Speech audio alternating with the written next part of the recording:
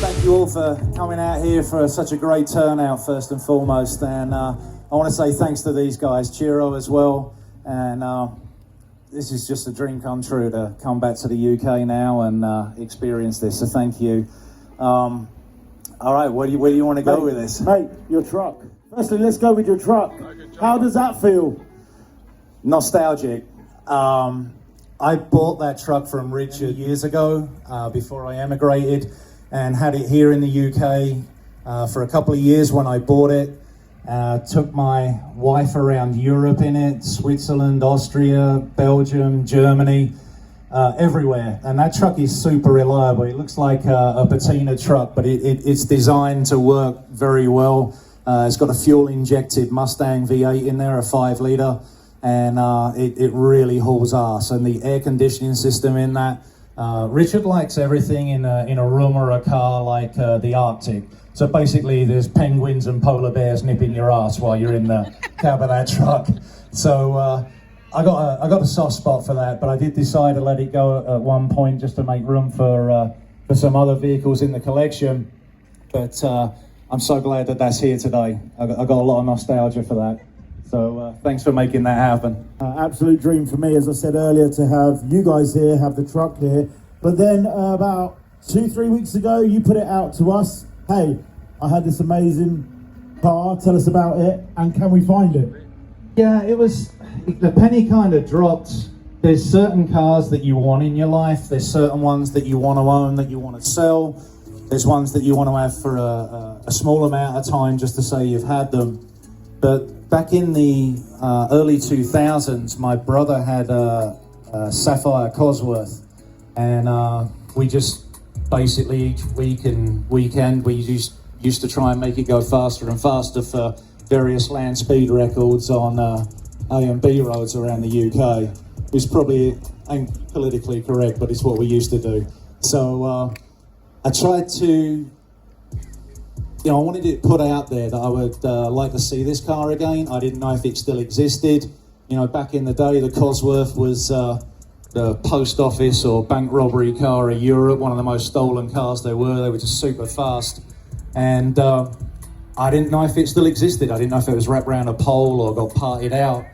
And I spoke to Chiro, I spoke to Scott and Sam Hard and see if we could locate the car. And all we did was just use the power of social media, which was just absolutely fantastic, because within 24 hours, it bounced around 5 further owners from where I had sold it. It had been to Manchester, it had been to London, it had been to Birmingham. And then I think the last word is it was down Cornwall, that area. That's it. And then the number plate you had on the car was separated from the car. And we even found the owner of the number plate who contacted you as well. Yeah, I had a phone call. I was sat having lunch in Dallas and this guy called me up. I'd never spoke to him in my life, and he's like, I've got your old private number plate from your car, and I thought it was the most random thing ever. And he just went to prove that everyone in the car community was out there trying to reunite us with this car. So I was super stoked. And I owe these guys a big debt of gratitude to my left. And I want to thank you very much for your help on that, because I believe that, and I haven't seen it, but I believe that car may be here today. It's here. It got into a little ding on its way down one side of it, the other side of it, something landed on it, but it made it.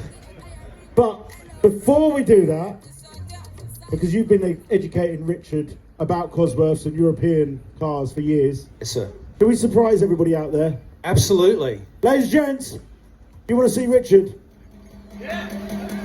Come on, guys. Come on, bro. Woo! Here he is. How's everybody doing? Unbelievable. You guys have turned out. I brought some good weather. You like the weather? Oh, yeah. Yeah, this is good Texas weather right here. So this is overwhelming. I knew that we were coming out. We were going to, be at this beautiful piece of land and the castle home and all this stuff. But the generosity of everybody I've met and just the cool factor of everything I'm seeing is absolutely rad. You guys should applaud yourselves. Get some of that. Wow. So what is this deal? It's a cossy, what's... It's called Sierra Cosworths, but everyone called them cossies back in the day. So, the best way I can describe this to you is that that point in the late 80s, the 90s, when everyone in America was doing the Mustang 5.0, the HO cars, this was the equivalent. This is what everyone had in their late teens or early 20s. But it was a 4-door. There were 3 doors and 4 doors. So they did various different models. They even did a special one called an RS 500, which was the daddy. And these guys actually found your old car. Yes, sir, they did. They're good friends, and I'm super happy they did that for us. Does it still have the Chris Smith stench? The smell? The waft of the tall man. Chris, are you ready to see it? Yeah, man, bring it up. I've been waiting for this. Ladies and gents, give him a round of applause. It's the current owner of Chris's Ford Sierra Sapphire Cosworth.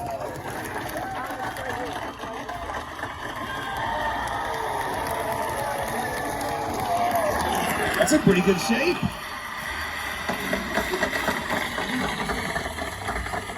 I know what you're thinking. How the hell did you get in there?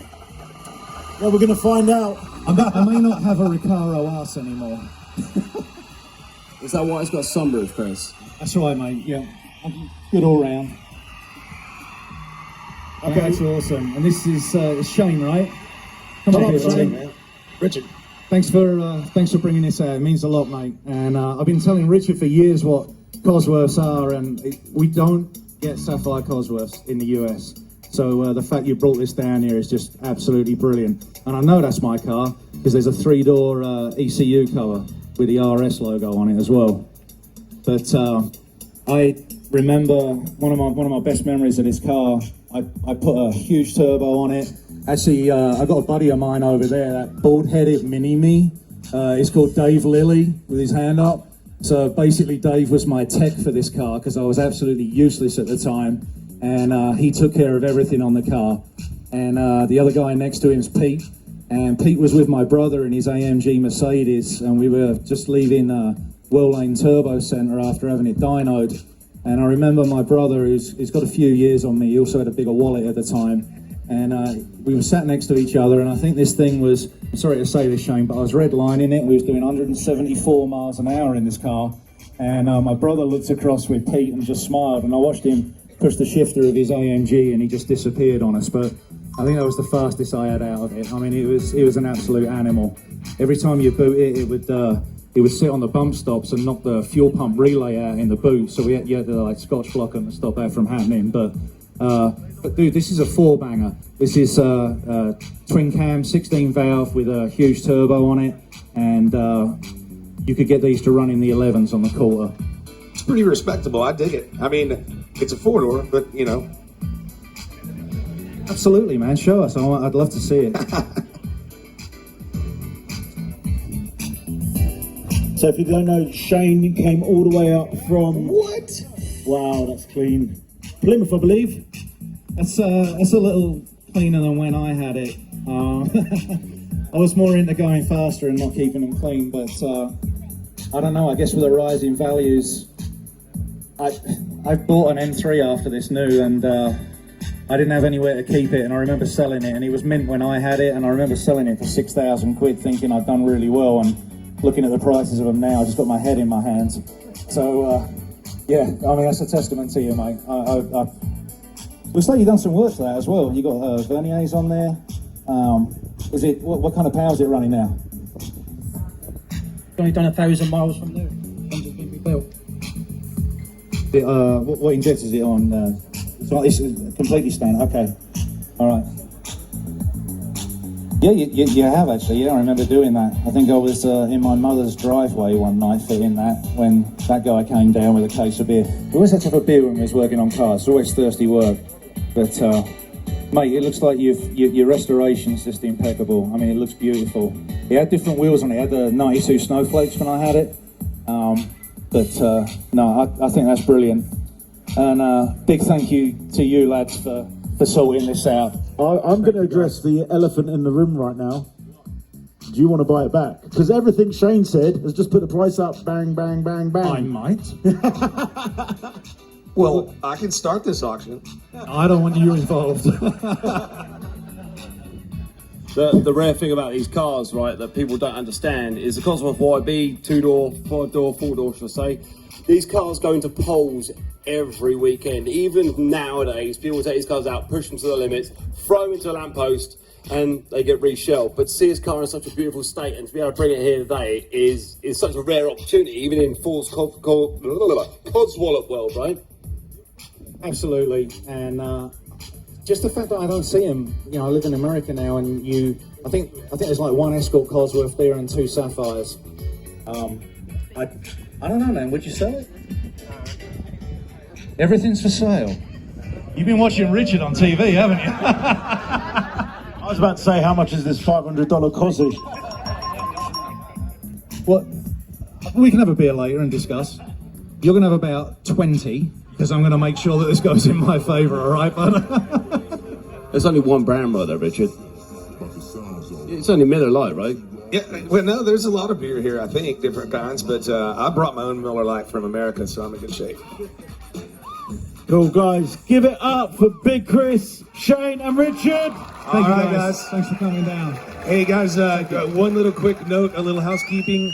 I'm going to be doing a lot of stuff these next 2 days, and I got kind of a daily regimen that I've got to hit some places and get some filming done. I'll try to get to everybody and take pictures as I'm roaming around, but if the people around me push you back, it's not because I'm being an a-hole, it's because I got a couple of things done, and as soon as we get those wrapped up, I'll be roaming around and taking some pictures and hanging out. All right? What's up, man? Thank you so much, guys. So, ladies and gents, if you've got a 12:30 Saturday meet and greet ticket, that's going to be behind the stage, just to the left of the screen. That's the queue for the meet and greet, 12:30 tickets. Richard's going to be back on the stage at 3 o'clock with Chris, where we're going to talk more about Gasmonkey, the history, and what's happening now. Thank you very much. Keep enjoying the show. We're going to be starting the elite class parade shortly. Thank you. But with a modern S. They've got some big wheels on them, some of them have got some adjustable suspensions, some amazing stereos, and the paint is second to none. We'll have a chat with the lovely guys as they come out. They're going to work their way out in just a moment once we get some stewards involved and making sure it's safe. Guys, if you see a car coming towards you, please respectfully back out of the way so we don't run you over.